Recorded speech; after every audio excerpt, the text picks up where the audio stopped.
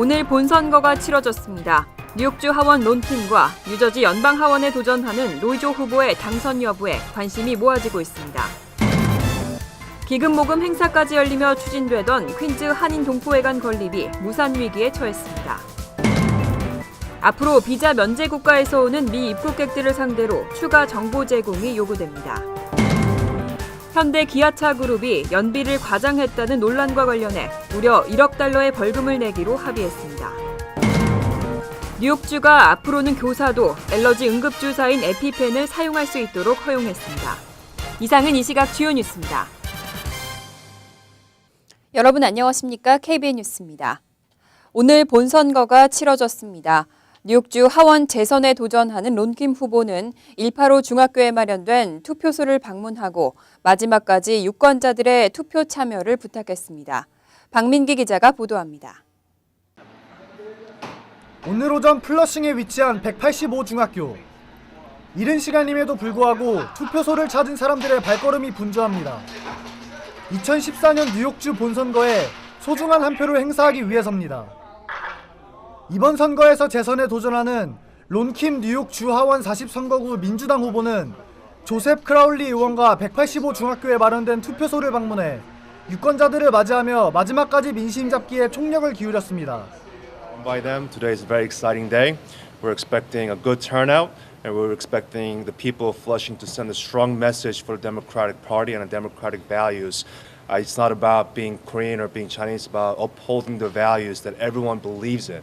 Every time somebody votes, we're voting on the principles of what that individual believes in. 같은 시각 189 중학교에 마련된 투표소에서도 투표를 위한 유권자들의 발길이 이어졌습니다. 한인 후보가 출마한 만큼 투표를 하기 위한 한인 유권자들도 종종 눈에 띄었습니다.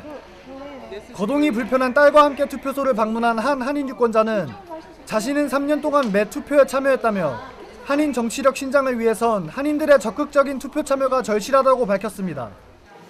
저희 딸이 아프지만 시민으로서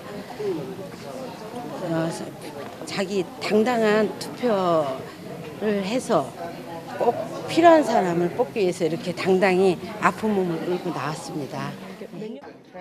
2014 뉴욕주 본선거는 재선에 도전하는 론킴 의원을 포함 뉴욕 주지사, 뉴욕주 감사원장 등 주요 요직을 대거 선출하는 만큼 높은 한인 투표율을 예상했지만 막상 투표소를 방문한 한인 유권자 수는 생각보다 많지 않았습니다.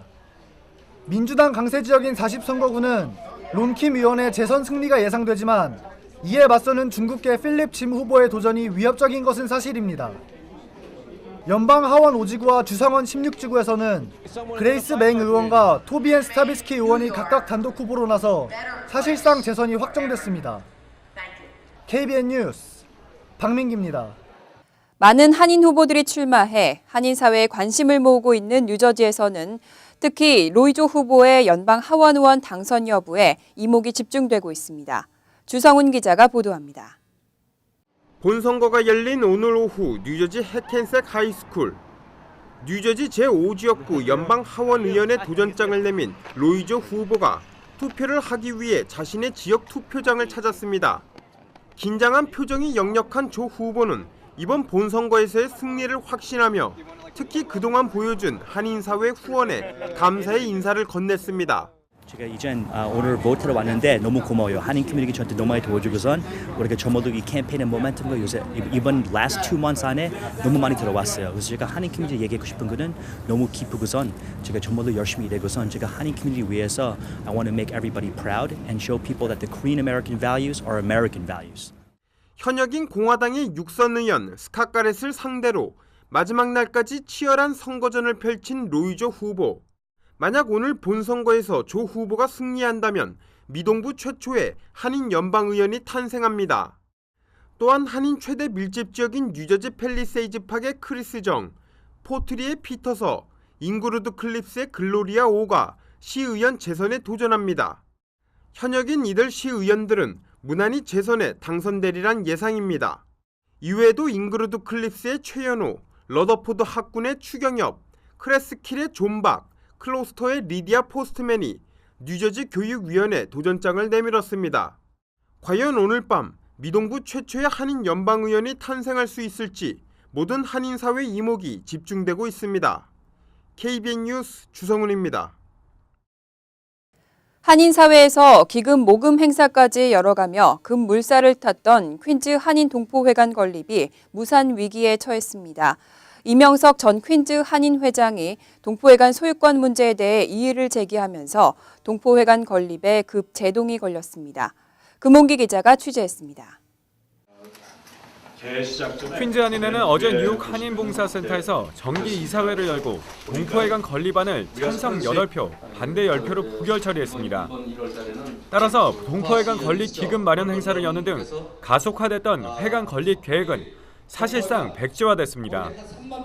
건립추진위원회도 전격 해체됐고 유재본 퀸즈 한인회장과 김광석 이사장은 이번 사태에 책임을 지고 사퇴를 선언했습니다. 이에 따라 동포회관 건립을 지속적으로 추진하기 위해서는 새로운 추진위원회 구성이 불가피하게 됐습니다.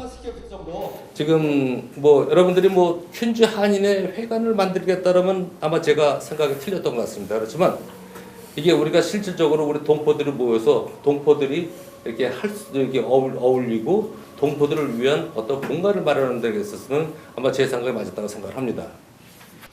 이번 사태는 이명석 전 퀸즈 한인 회장이 지난달 31일 성명서를 통해 이사회의 동의 없이 회관 소유권을 KCS에 넘겨줬다며 공개 사과를 요구하고 나서자 회관 추진위 측은 모든 절차를 공표했던 만큼 문제될 것이 없다고 맞서면서 논란이 되었습니다.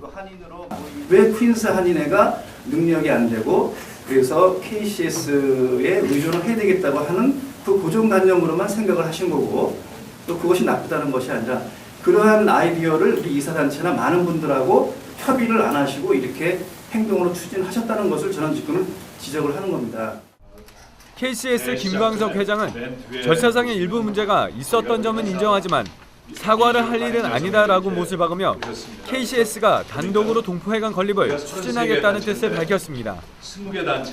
이명석 회장님 제가 지적하는 거 알지만은 솔직히 제가 창피해서 이 한일을 떠나야 될 것 같아요. 왜냐하면 집안에 문제 있는 걸 갖다가 어떻게 언론에 밝혀가지고 이거 이렇습니다. 공개 사과하십시오.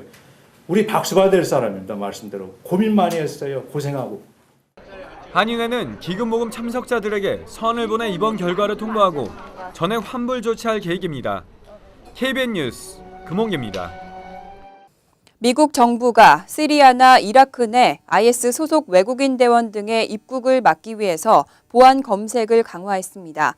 앞으로 비자 면제 국가에서 오는 입국객들에 대해서는 추가 정보 제공이 요구됩니다. 제이 존슨 연방 국토안보부 장관은 어제 성명을 내고 무비자 입국 여행객들에 대한 정보를 더 상세하게 파악하기 위해 비자 면제 프로그램의 보완을 강화했다고 밝혔습니다. 미국과 비자 면제 협약을 체결한 국가 출신의 입국객들은 이번 조치로 미국에 입국하기 위한 전자여행 허가 신청 과정에서 추가 정보를 제공해야 합니다. 국무부에 따르면 한국과 일본, 대만과 싱가포르 등 아시아와 영국, 프랑스 등 유럽 국가를 위주로 38개국이 미국과 상호 비자 면제 프로그램을 운용하고 있습니다. 비자 없이 입국하는 이들 국가 여행객들은 전자여행 허가제에 따라 입국 전에 이름과 생년월일, 주소와 신용카드 번호 등을 미국 국경통제당국에 온라인으로 신고하고 승인을 받아야 합니다. 그런데 앞으로는 이 신청 과정에서 여권 정보와 미국 내 연락처, 별도로 사용하는 실명이나 가명 등의 추가 정보를 입력해야 합니다.